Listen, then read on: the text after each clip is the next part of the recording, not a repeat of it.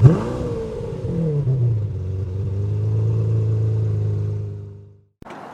and welcome back to the channel, everybody. And if you're new here, hello and welcome. This is Motor Mike Media, and as always, I'm Motor Mike, and today, what we're talking about the Jeep XJ. Things I love about it, things I hate about it. We'll go around the vehicle and take it for a drive and let you know what I think about it. So one thing I really love about this Jeep is the styling. It's boxy, it's bold, it's very rugged looking. Nice, simple, straight body lines. It looks really good. Now, one thing I hate about it, or I guess I wouldn't say hate, but dislike, is having 4 doors. Now, 4 doors are more practical. These were sold in 2-door configurations. Those are so hard to find. If you find a clean 2-door one, people want $12, $13, even $17,000. But it's still a good design, even though it has 4 doors. So I do like the 2-door much better than the 4, but it still looks good. So it's more practical because there are more doors, but it isn't the most practical, and I'll show you why. So I open the door.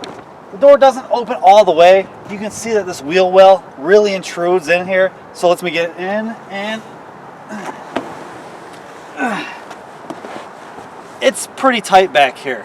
When you're sitting here, my knees are almost against the back of the seat, and this isn't a regular sitting position.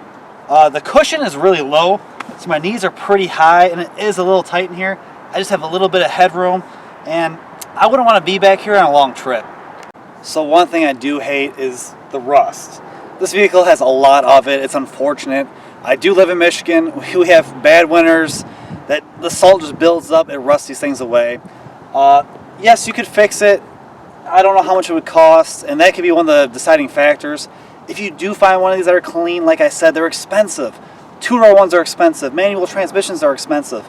And any of these with no rust are very expensive, unfortunately. So one thing I really love, probably the thing I love the most, is this engine.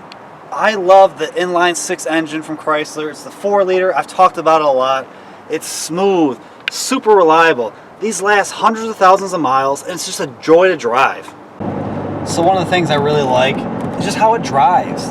This car was designed back in the 80s, and it still handles really well. What I mean by that is just the ride quality. I'm not being bumped around. It's still relatively smooth.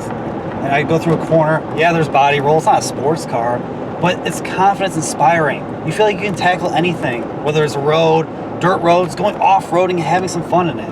That's one of the good things. A nice greenhouse around. It's easy to see out of this vehicle because of small pillars, and it's just a fun car to drive. So the interior. Here's where I have a mixed bag of love and hate for it. On the steering wheel, for this particular one, no cruise control. Yes, you could get it on here. I don't have it on this one. That's one thing I dislike. And the dash.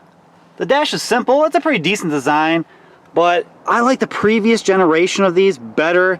It just looks a little bit more rugged in my opinion. But one thing I truly love is that gear selector, the T-handle. The T-handle, I don't know if you guys can see that. Let me get it right there. But it's got a nice little bend to it. It feels so satisfying when you put it in gear. But it's one of the things I really like. So I love this gear selector. The T-handle, I think it looks really good. It's really classic looking. It feels so good when you shift in the gear. But what I don't like is the transmission itself. Unfortunately, it's just because it's an older vehicle. They didn't have, 5, 6, 7-speed automatics back then. If this engine, this inline 6, had more gears back in the day, it would be even a better power plant. The engine's already smooth, but with more gears, it'd be a quicker vehicle. It would have better fuel economy, and that's one of the letdowns of this vehicle. But yes, you could have got a manual. Those are really hard to find in good shape, though. So guys, that's things I love and hate about this Jeep XJ. Even though it's a little rusty and crusty, it's still really reliable and very fun to drive. I want to take this off-road, whether we go on snow, mud, dirt, have some fun with it. I want to know what you guys think. What are things you like about these? What are things you don't?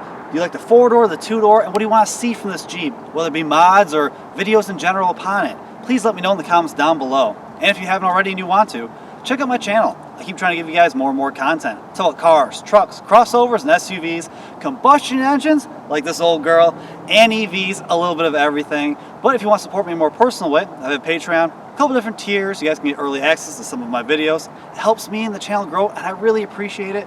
But please like, comment, subscribe, hit the notification bell. That way you guys can stay up to date with the latest and greatest from my channel. And as always, I truly, truly appreciate you guys for watching, and I'll see y'all in the next one.